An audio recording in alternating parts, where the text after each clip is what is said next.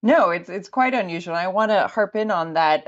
Could you give an example of the ways in which, when you realize that the way you see the world is different from most of the people around you, particularly in the newsroom? How could you give us an example of how that manifested in either a story or the way you approach a particular assignment?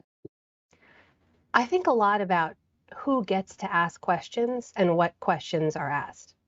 And I remember very distinctly early in my career, and folks who were covering news or consuming news back then will remember this because it was sort of a seminal moment.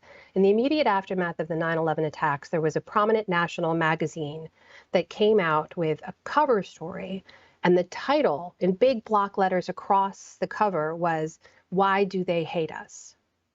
And it featured just a kind of a sea of angry brown male faces.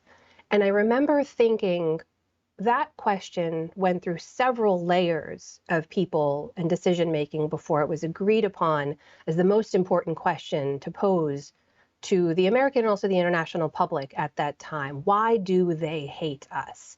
Who is the they in that sentence? Who is the us? And why hate?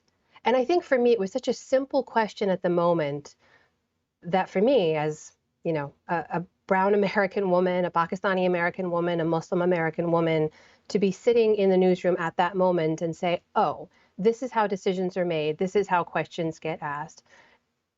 I needed to be a part of that conversation. There needed to be more people who were part of that conversation because things aren't always as simple as why do they hate us?